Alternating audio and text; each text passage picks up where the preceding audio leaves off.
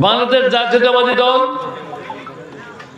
2001 সালের 1 অক্টোবরের নির্বাচনে আমাকে দয়া করে মায়া করে মনোনয়ন দিয়েছিল। সেই মনোনয়ন পাওয়ার পরে বাংলাদেশ আওয়ামী লীগের হেভিওয়েট প্রাক্তন মন্ত্রী জনাব ডক্টর রুহুল হক সাহেবকে আল্লাহ পাক 42,000 ভোটের ব্যবধানে আমাকে জয়যুক্ত করে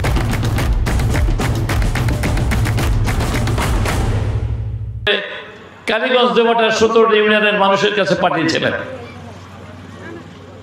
সেই 17টা ইউনিয়নে 5 বছরের মধ্যে আমি, আপনারা শুনেছেন, কাকশিয়ালী নদীর উপরে বিশাল বড় ব্রিজ, খানজিয়া নদীর উপরে ব্রিজ, সাকরা কুবরপুরের উপরে ব্রিজ, বাঁশতলা ব্রিজ, আপনার বালাপোতা ব্রিজ সহ অসংখ্য ব্রিজ নির্মাণ করতে পেরেছিলাম।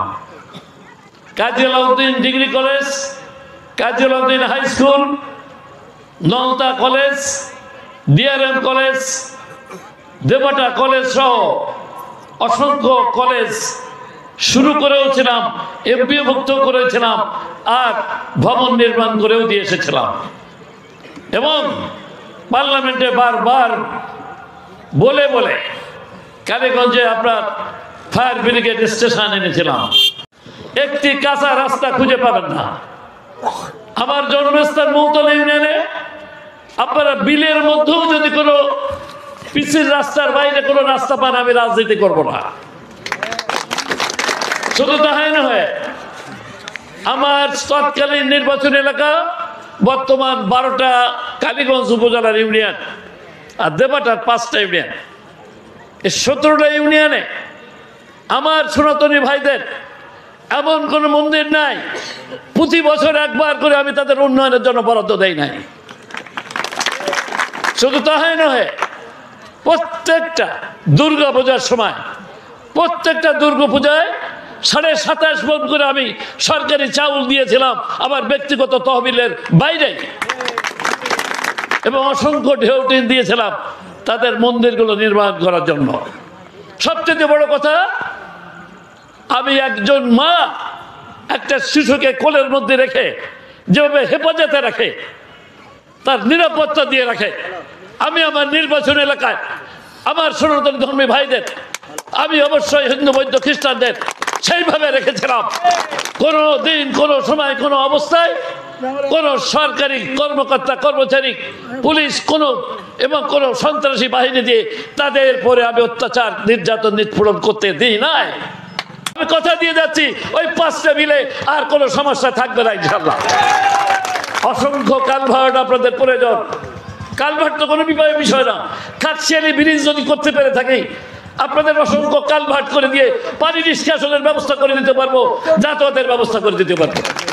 আজকে ভালো হয়েছে, এর চেয়ে অনেক বড় জনসভায় আমি যেতে পারতাম, অনেক বেশি আপনার বসতির এলাকায় যেতে পারতাম এই সংকীর্ণ সময় নির্বাচনের মাধ্যমে। কিন্তু আমার চিন্তা চেতনা বাবারে সবচেয়ে অবহেলিত যারা, তাদের কাছে যাওয়া, তাই তো আপনাদের কাছে এসেছি। এসে দেখেছি আপনাদের ধর্মীয় প্রতিষ্ঠানগুলোর কি অবস্থা, আপনাদের রাস্তাঘাটের কি অবস্থা, আপনাদের সুপ্রিয় পানির কি অবস্থা, আপনাদের রাস্তাঘাট সহ আপনার খাল বিলের পানি নিষ্কাশনের কি অবস্থা, সব কিছু আমি দেখেছি। আমার চিন্তা চেতনা ভাবাবেগ হৃদয়ের ভালোবাসা দিয়ে আমি উদ্ভাবন করেছি। ইনশাল্লাহ আমি প্রত্যেকটি সমাধান আপনাদের করে দেবো ইনশাআল্লাহ তাআলা। আজকে এই মুহূর্তে আমি যখন শুনলাম, আমি একটা আপনাদের অনুষ্ঠানে গিয়েছিলাম। অনুষ্ঠানে গেলে আমি দেখলাম বেহাল অবস্থা। আমি নির্বাচন রেখে 1 দিনের জন্য ঢাকায় চলে গেলাম, যে না, আমি আর অক্লান্ত পরিশ্রম করে আমার সনাতনী ধর্মের ভাইদের অসংখ্য প্রতিষ্ঠানে আমি দিয়েছি, আর এই সমস্ত প্রতিষ্ঠানে আমি নেই। আজকে 16 বছর 18 বছরে এমপিরা কি করলো, ছুটে যে আপনাদের জন্য আমি 11টা ফর্ম নিয়ে এসেছি। 11টা ফর্মে টাকা, প্রত্যেকটা প্রতিষ্ঠান 50-60 হাজার টাকা করে অটোমেটিক আপনাদের অ্যাকাউন্টে চলে আসবে, ফিল আপ করে জমা দিলে পড়া। আমি ধর্ম মন্ত্রণালয়ের উপদেষ্টার কাছ থেকে এসেছি, ইতিমধ্যে দেওয়া শুরু করেছি। এই 11টা শেষ হয়ে যাওয়ার পরেই আবার আমার নেতৃবৃন্দ দাঁড়িয়ে ছুটে যাবে না। নির্বাচন কেন্দ্রিক যেভাবে উঠে পড়ে লেগেছে, এই যে নেতৃবৃন্দ এনারা যেভাবে উঠে পড়ে লেগেছে, আমার মনে হয় যে হিসাব ওনারা দিয়েছেন আপনাদের আশীর্বাদ নো, আমি অবশ্যই সনাতনী ভাইদের 100% ভোট আমি পাবো ইনশাআল্লাহ। আমি অতীতে তাদের সেই স্বাক্ষর রেখেছি এবং আগামীতে রাখবো। এবং যে কর্মীরা আমার সাথে আছে এইখানে দেখছেন, আমি মনে করি আশা শুনি বাংলাদেশের ইতিহাস সৃষ্টি করবে বাংলাদেশ ধানের শীষের ভোটের ফলাফলে। তাই আমি এখনই আপনার আনুষ্ঠানিকভাবে এই একটি ফর্ম আপনাদের দিয়ে যাচ্ছি। আপাতত এই ধামে আরেকটা মন্দিরের কথা বলেছে, আগে বলে নাই, আমি আবার ঢাকার থেকে যেয়ে ওটারও আনবো। এইটা আপনাদেরকে দিয়ে দিলাম, একটা ছবি তুলে নেন। আমাদের মাস্টার মশাই প্রধান অতিথির হাতে আমি তুলে দিচ্ছি, ফিল আপ করে আমার কাছে জমা দেবেন 2-1 দিনের ভেতরে। আপনাদের অ্যাকাউন্টে সভাপতি আপনাদের অ্যাকাউন্টে অবশ্যই সরকারি টাকা রিসেন্টলি এসে যাবে।